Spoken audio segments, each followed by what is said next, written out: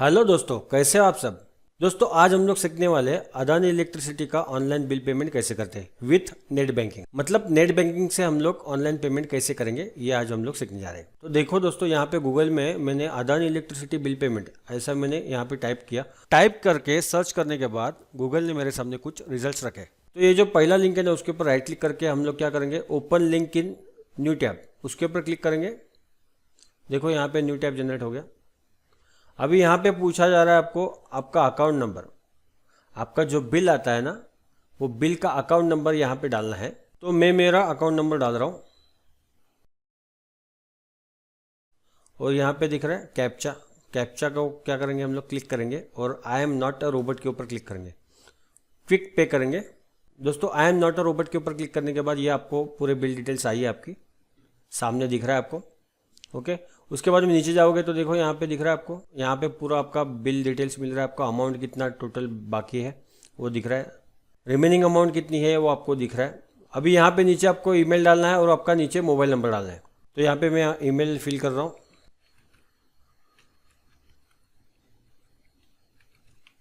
उसके बाद मैं मोबाइल नंबर डालूंगा।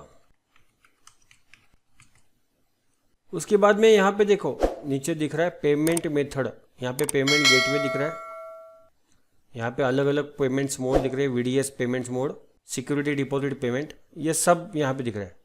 तो मैं क्या कर रहा हूँ, यहाँ पे बिल डेस्क ये ऑप्शन में चूज़ करूँगा, उसके ऊपर क्लिक करूँगा। उसके बाद में क्लिक करूँगा पे नाउ के ऊपर।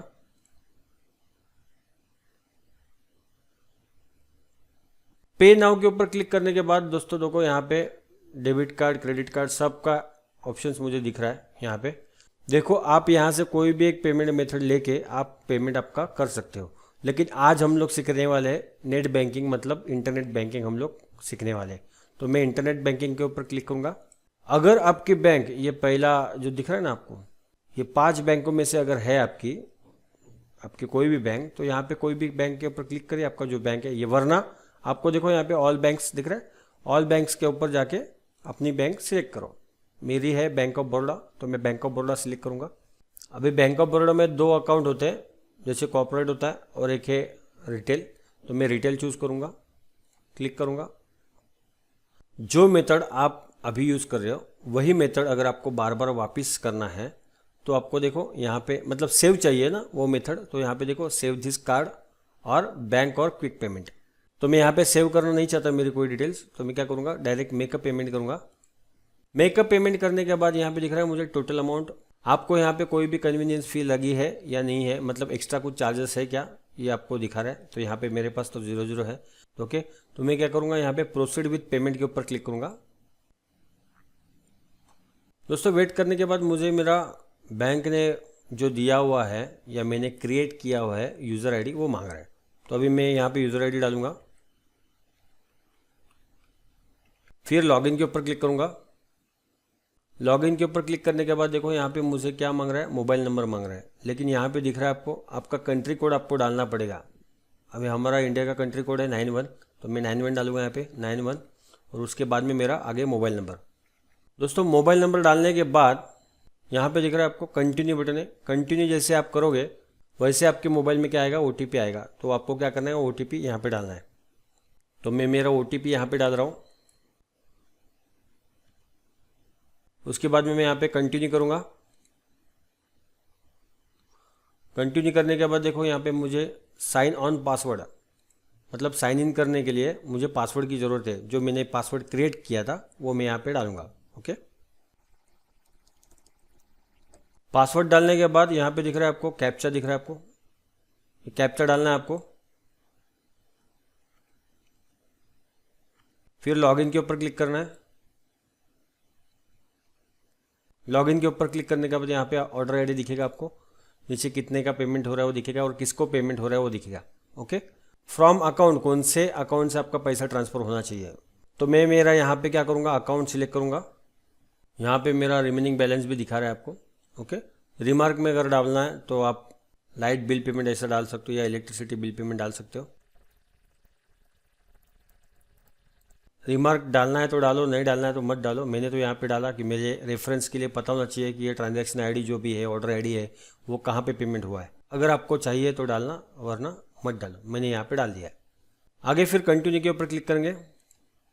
देखो दोस्तों पूरी इन्फॉर्मेशन यहाँ पे आ चुकी है। दोस्तों नीचे जाओगे तो यहाँ पे ट्रांजैक्शन पासवर्ड, मतलब जो ट्रांजैक्शन आप कर रहे हो उसका पासवर्ड आपको उसको बताना पड़ेगा। दोस्तों ट्रांजैक्शन पासवर्ड जो है वो नेट बैंकिंग को सिक्योर करने के लिए दिया गया है। जब आप बैंक में इंटरनेट बैंकिंग अप्लाई करते हो तब आपको ये स्टार्टिंग में दिया जाता है। उसके बाद में पूरा क्रिएट करना, कौन सी तरह से क्रिएट करना है, कौन सा पासवर्ड रखना है, वो आपके हाथ में होता है। ओके, तो मैं यहाँ पे मेरा ट्रांजैक्शन पासवर्ड डाल रहा हूँ। दोस्तों ट्रांजैक्शन पासवर्ड डालने के बाद मैं यहाँ पे सबमिट के ऊपर क्लिक करूँगा। तो दोस्तों यहाँ पे अपना पेमेंट हो चुका है, थैंक्स फॉर योर पेमेंट ऐसा मैसेज यहाँ पे आ रहा है।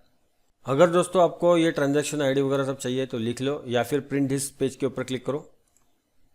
देखो यहाँ पे आपको पूरी डिटेल्स मिल जाएगी। अगर आपको ये डिटेल्स अगर सेव करनी है तो आप क्या करोगे, ये दिख रहा है डेस्टिनेशन के ऊपर अभी मेरे पास HP का ये दिख रहा है, प्रिंटर दिख रहा है। आप इसके ऊपर क्लिक करके सेव एज PDF के ऊपर क्लिक करिए। उसके बाद में क्या करना है, आपको सेव करना है। डाउनलोड में रखे electricity, Adani electricity payment receipt. Okay, save करो। देखो अपनी रिसिप्ट आ चुकी है, तो हम लोग जाएंगे देखने के लिए।